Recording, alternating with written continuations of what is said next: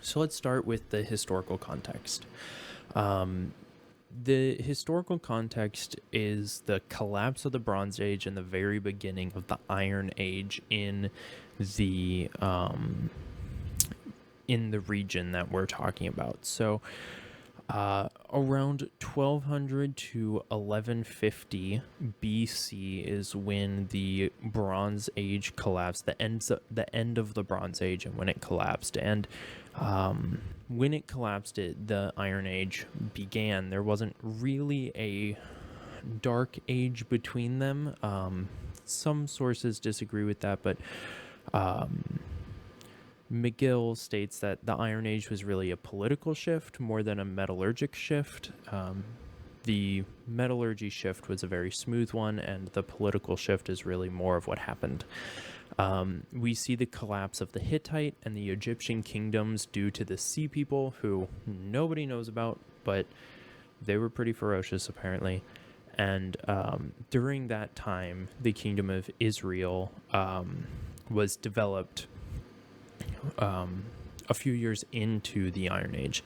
Originally, though, before the kingdom of Israel was able to be developed, there was a time of tribalism known in the Bible as the time of Judges, which we will get to in a moment. And after that, then the monarchy was established somewhere around 1080 BC. King David was established somewhere around 1010 BC, so about 70 years after King Saul. Remember David and Saul. They will become very important in a moment. As far as proof that this really did happen, other than the manuscripts that we have of the Old Testament, which are bountiful, we also have the Tel Dan inscription, which was found in 1993, and it's an inscription from an Aramean king that talks about the king of Israel and the king of the house of David.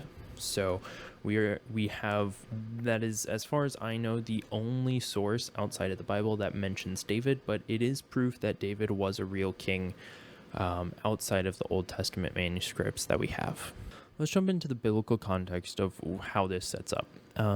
Before the kingdom was established, there was a time of tribalism known as the time of Judges in the scriptures.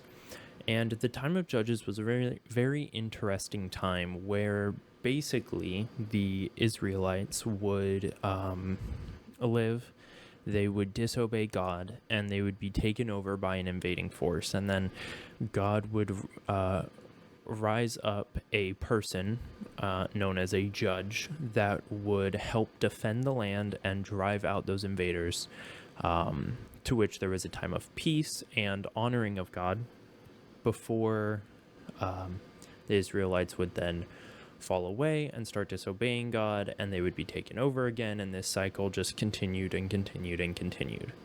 The most famous judge would probably be Samson, the really strong one with long hair. And the book of Judges is, in essence, a compilation of short stories of a whole bunch of these judges like Samson that helped defend the people of Israel when they were wanting to turn back to God. This takes place at around the 1200s, the 12th century BC, and it continues until Samuel, who is a prophet. Prophets in Israel were God-appointed representatives that God would speak to, and then the prophet would speak to the people. Samuel was the last judge and was also a prophet that God used to establish the kingdoms, or the kingdom of Israel. And he established Saul as a king. Now, the important part about Saul being established as a king is that he wasn't supposed to be. The people of Israel were complaining, which they do a lot, like all of us, and they told God that they wanted to have a king. Told God through Samuel. So any any interaction they had with God was through Samuel. And so they told God that they wanted a king. God told Samuel, who told them that that was a very bad plan. They weren't ready for a king yet, and that they should wait until God had an appointed time for the king. Hint, that's King David. And they told God that they didn't want to wait, that they wanted to be like the rest of the nations, and that they wanted a king. And so God concedes, and he tells Samuel to tell the Israelites that the king would be really bad and that they would not like him at all. And they said that they didn't care because they wanted to have a king. And so, enter Saul. He becomes king.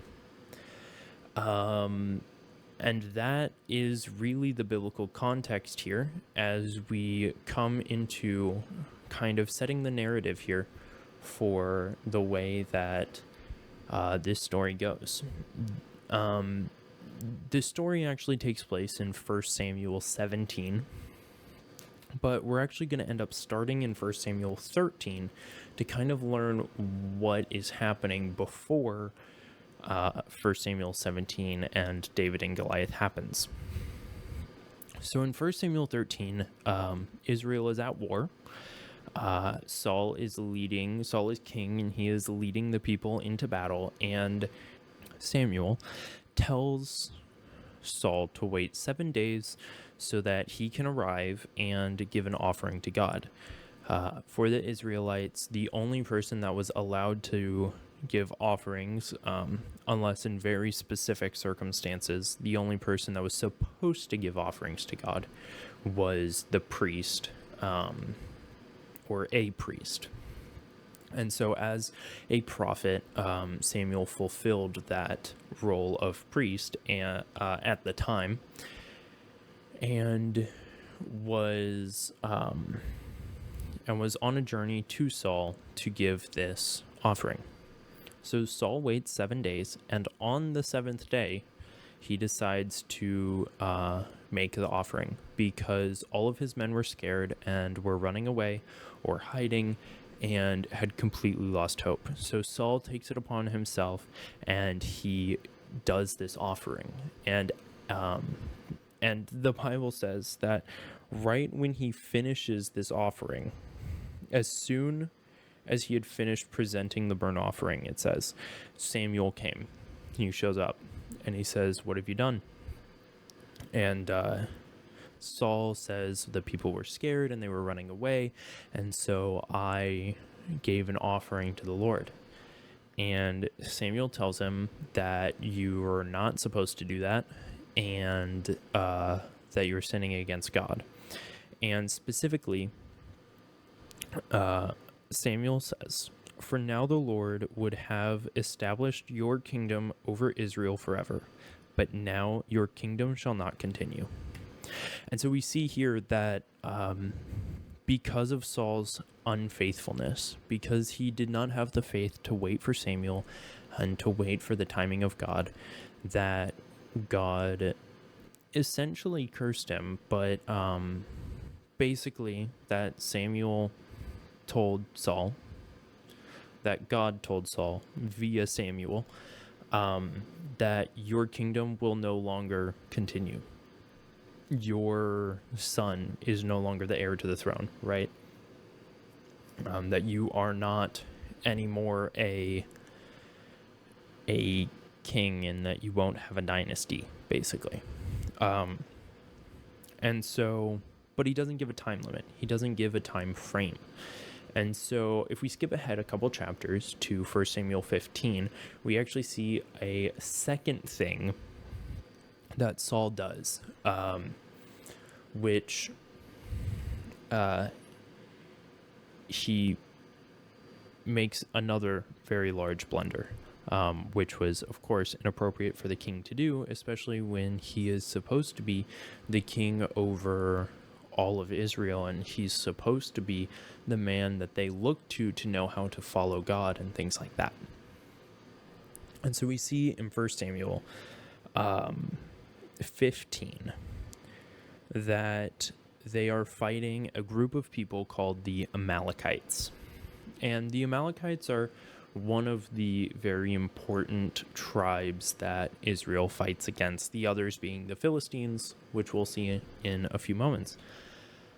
And the Amalekites are important because all the way back in Exodus, which is the second book of the Bible,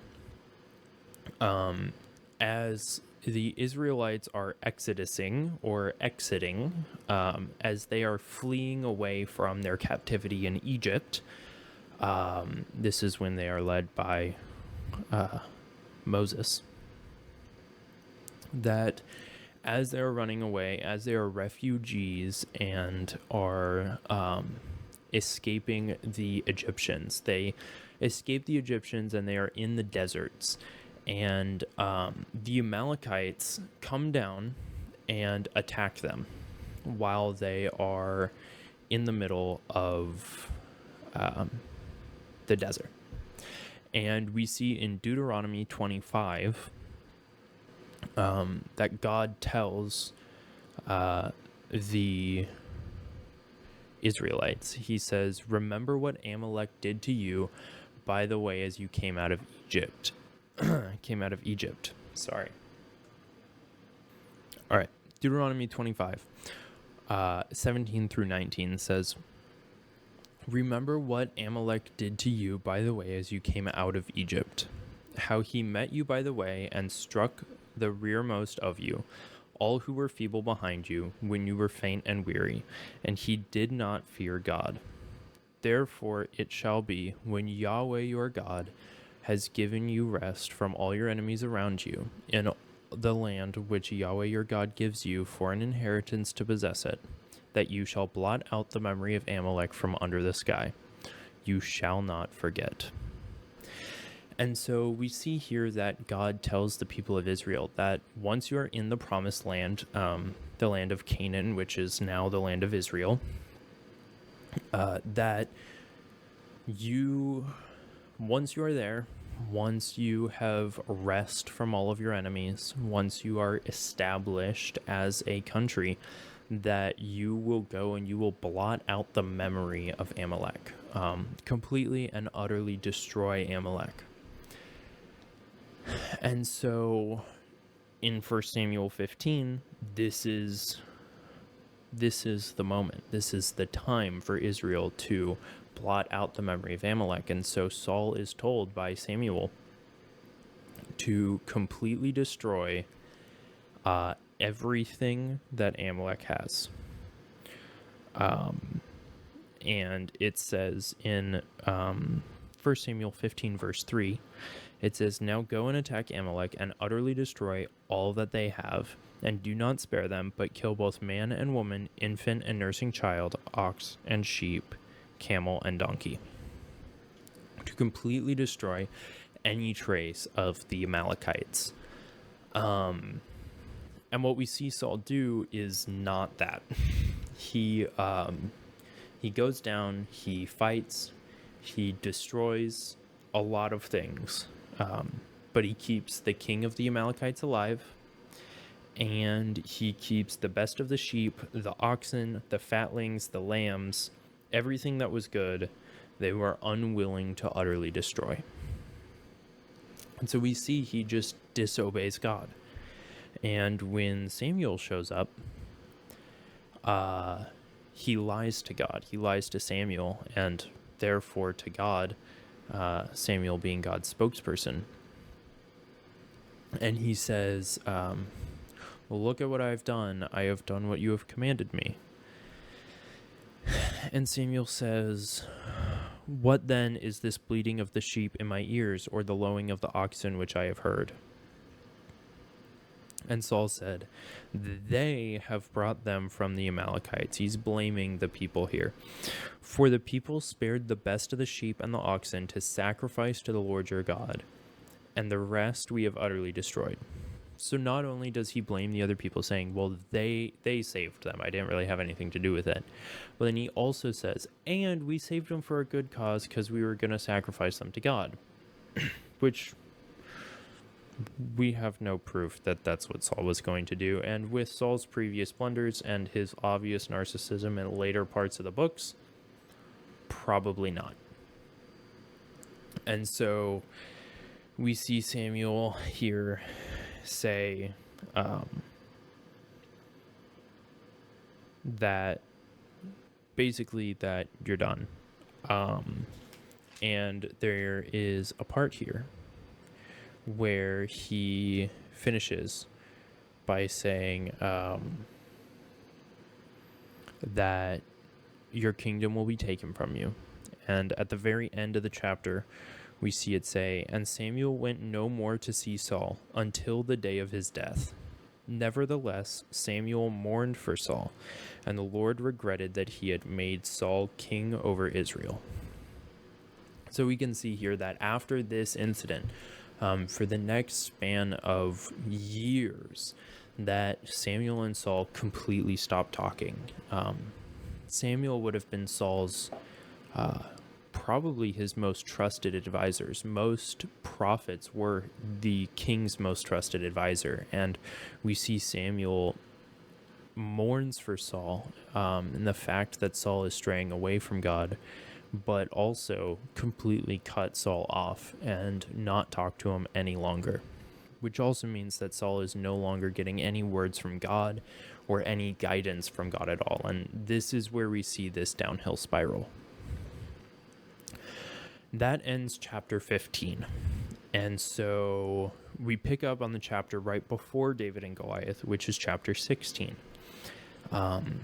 Chapter 16 is really important because this is where David ends up being anointed as king over Israel. So in Israel, there's a process of anointing somebody before they would be king. The prophet at the time or the priest at the time would anoint the head of the king or the soon-to-be king with oil. And this was to signify that the Spirit of God was cleansing them and coming upon them so that they would be able to reign in the most godly way possible. And we see in chapter 16 this happen. We see Samuel go to give an offering to God in a very specific town. And he goes to the town where a man by the name of Jesse lives. And Jesse has 8 sons. And God tells Samuel that one of those 8 sons is going to be the king of Israel. And so Samuel goes there and he gives an offering to God. And afterwards he talks to Jesse and he tells Jesse, I'd like you to line up all of your boys. I need to choose one, basically. And so Jesse lines up 7 of his 8 sons, minus the youngest, David. And Samuel starts walking through, looking at these sons, and he sees that they're tall, that they're strong, that they're hard workers, things like that. And God tells Samuel to stop looking at their outward appearance. And God has a very important quote here in 16 verse 7, where it says, "But the Lord said to Samuel, do not look at his appearance or his physical stature, because I have refused him." Talking about one of Jesse's sons. "For the Lord does not see as man sees. For man looks at the outward appearance, but the Lord looks at the heart." And so we see here that Samuel, even under the guidance of God, was tempted to choose the strongest and best looking to be the king. And God tells him to skip that. I need to find one that has the right heart. And he gets to the 7th brother and he says, "Are you sure this is all your children?" And Jesse says, "Well, I have one more." And Samuel says, "Well, go and get him then." And so they send a servant out and he goes and he gets David, and David comes back and David stands there and God's like, "That's him." And Samuel's like, "All right, that's him." and pours some oil on him, anoints him with oil. And we see here that when the Holy Spirit, which is the Spirit of God in the Old Testament, when the Spirit of God, or the Spirit of the Lord comes upon David, it says that the Spirit of the Lord came upon David from that day forward. And then one verse later it says, but the Spirit of the Lord departed from Saul. And so we see here officially that Saul is no longer fit to be king.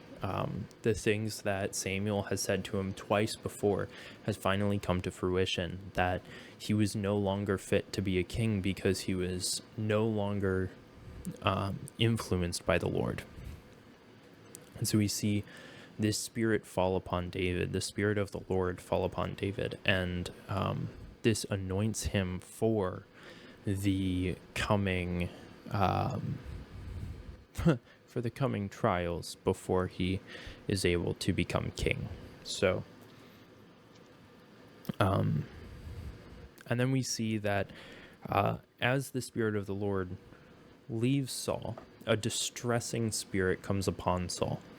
And this distressing spirit would make Saul anxious and depressed and things like that. And so his servants and himself, trying to find a way to fix this, looked for a skilled musician. And wouldn't you know it, but David was a very skilled musician. And so David came and started playing the harp for Saul on a very regular basis. Saul, having no clue that David was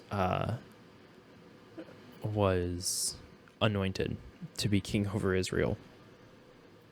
And we see in chapter 16, verse 21, it says, so David came to Saul and stood before him. This is after he had been playing for him for a while. It says, and stood before him, and he loved him greatly, and Saul loved David greatly, and David became Saul's armor bearer. And so we see here that not only was David a great musician, but he was actually so lovable and so loved by Saul that he ended up staying and being his armor bearer, kind of being his top servant, his right-hand man, but not in a military sense, because he was still a child. We're actually told that he was not of military age yet, so he was still a child and still unfit for battle, but he was still so loved by Saul that he spent an immense amount of time in the palace with Saul and with Saul's son, Jonathan. And it says that it says, and so it was, whenever the Spirit from God was upon Saul, the distressing spirit, that David would take a harp and play it with his hand. Then Saul would become refreshed and well, and the distressing spirit would depart from him. And so we see this relationship form between Saul and David as they spend more and more time together, as David plays the harp for him and is his armor bearer and generally spends quite a bit of time around the palace.